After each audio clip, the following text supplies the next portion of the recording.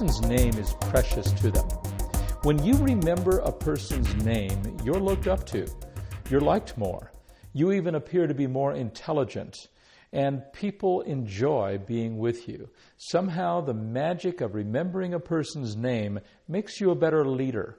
It's a fantastic skill to use at home, but it's a powerful business tool as well. It helps you sell better, your leadership skills are enhanced, and people give you more respect simply by remembering a person's name. So how do you do it? Well, first we need to blow up 2 lies that you probably believe because most people do. And then I'm going to give you a 4-step method or system to remember names, and then I'm going to show you 3 tricks because you're probably not going to be perfect at doing it all the time. I know I'm not. And I know you can do this for 2 reasons. 1, I developed this system and I've seen people use it over and over. And 2, we're going to use the exact same mental processes that you do to remember faces. Now, how many times have you said or heard, I'm terrible at remembering names, but I never forget a face? Have you heard that before? Have you said that before? Well, if you can remember a face, you can remember a name too, because the process I'm going to show you is the exact same mental process. It's powerful and it's simple.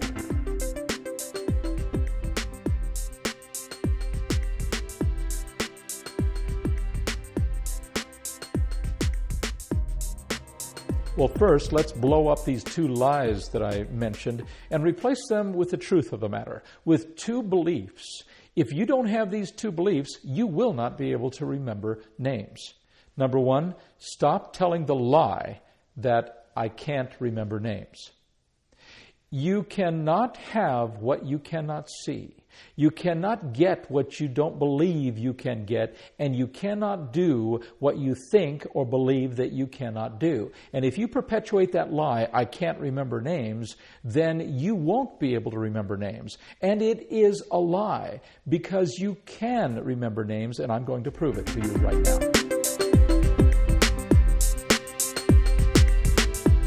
Follow me now. Focus. Let's put the sun right here. Let's put a watermelon here. So that's the sun, and that's the watermelon. We're going to put a rabbit here, and we're going to put a monkey here. A rabbit and a monkey. Now what's that? That's right, the sun, and this is watermelon, and this is rabbit and monkey. And I can go rabbit and watermelon and monkey, that's right, and sun and monkey and... See, you've got it already, don't you? Rabbit, monkey, sun, watermelon. I could have used anything, and you remembered it. I've done this for audiences for years, and it always works. And I could point to whatever, and it is fascinating how quickly people are able to associate a space in the air with a name. Do you notice what you just did? You remembered names. No, they weren't Peter, Paul, and Mary, but they were names nonetheless. And I'm going to show you what happens in your brain to be able to do that so you can do it with confidence, but never say again the lie, I can't remember names. It may be true that you don't remember names. It may be true that you've forgotten a name. It may be true that you've forgotten many names. It may be true that you've never remembered a name. But it's a lie to say that I can't remember names, because you can. If you can remember where you are, if you can remember what a banana is, you can remember a name. It's a lie to say, I can't remember names. So let's replace it with the truth, I can remember a name.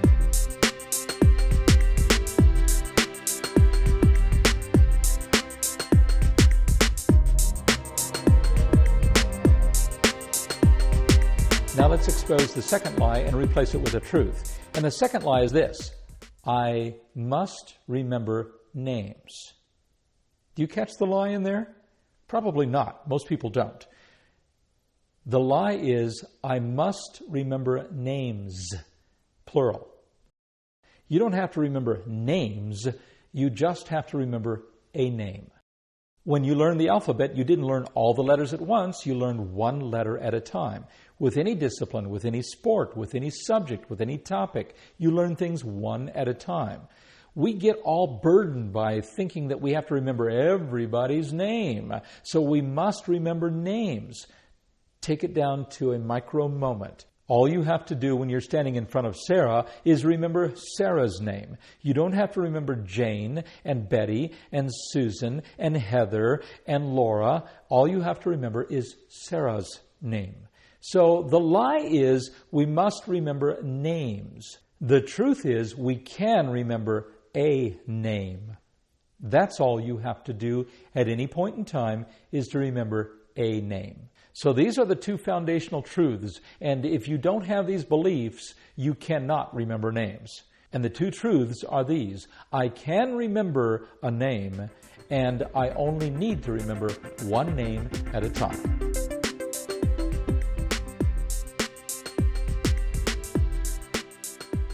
Now I'll teach you the four-step method to actually remember a name.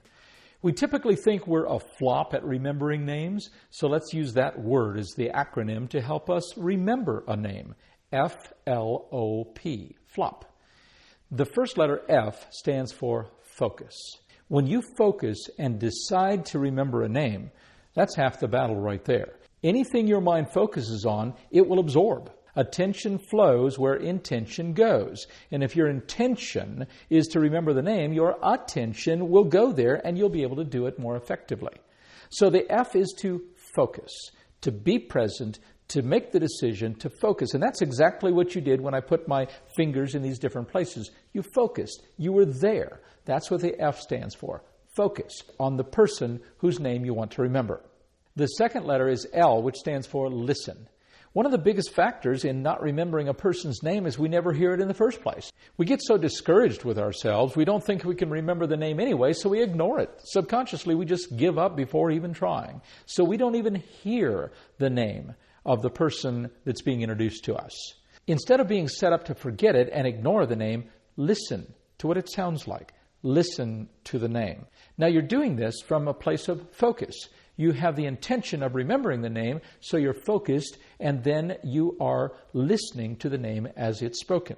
The third letter is O in the word flop. O stands for observe. This is where you use your eyes to see this person's face. When you are introduced to someone, you see them, and your eyes are drawn to various parts of their being. It may be their nose, their eyes, their hair, their looks, something that catches your attention. When you focus on this person and you receive input through your eyes, you remember that input that you received, and that's why you remember their face another day. You've already focused, you've already listened to the person's name, now you're attaching that name to an observation of that individual.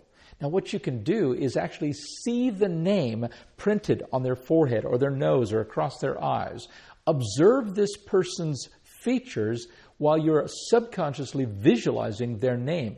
When you visualize something, it's using your subconscious, which makes it more powerful. Now notice you're doing this simultaneously. You're not doing this in steps. As you've walked into the room, you've already decided to focus and remember people's names as you get introduced. So here's Paul. You hear the name Paul, you see this person's image, you see his face, and you visualize his name written somewhere on his face. You're using these different components simultaneously, your conscious and your subconscious mind, in nanoseconds to build a picture with a word, a sound, a name that's going into your conscious and subconscious mind.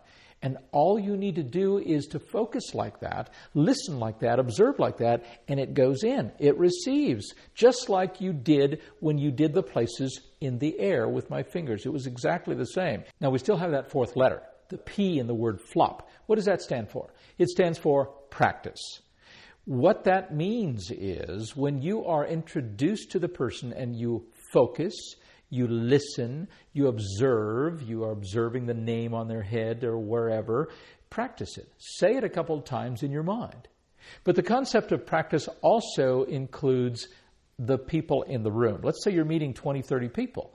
Well, as you meet Paul, then you glance at Sarah and you glance at Peter and you just say their names, boom, boom, Sarah, Peter. You say it quickly, so you're practicing as you go along, literally in nanoseconds. It doesn't take long to do this.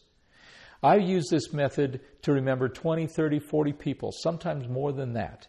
And Joanne will give me compliments on how I can do that. And people are impressed, and yet it's so simple.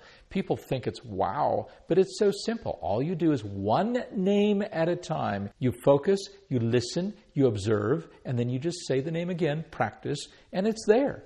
Trust the fact that when it goes in, it's there. And when you do it one at a time, you'll impress people too. They'll think you're amazing, when in reality, you're just using something that they could do too.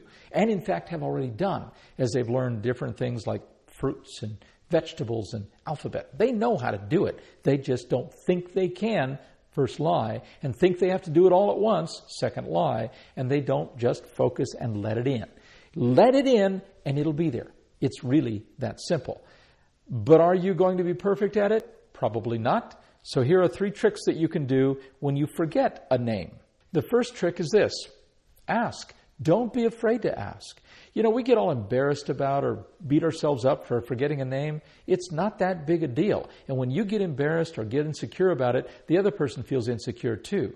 Simply say, "What was your name again?" And as they are saying their name again, do the flop method. Focus, listen, observe, and then practice. And then you get a second chance. And I've done it 2 or 3 or 4 times. I'll be honest. I'll say, I'm having a hard time remembering your name. Just be real, be genuine, and ask.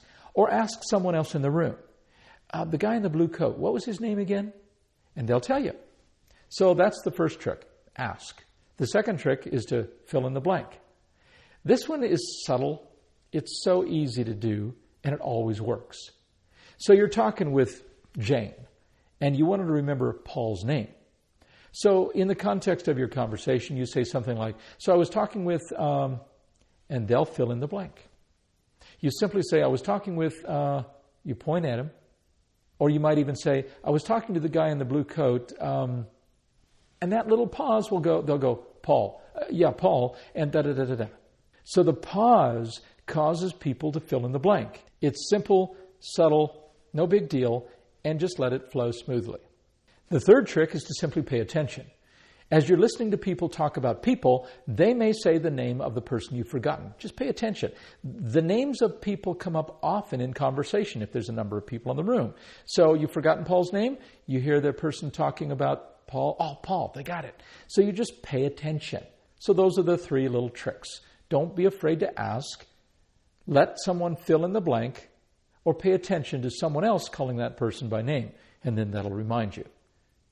Now, all of us are looking for the magic. What's the simple little magic? And we have this little myth that we should be able to do this and we can't.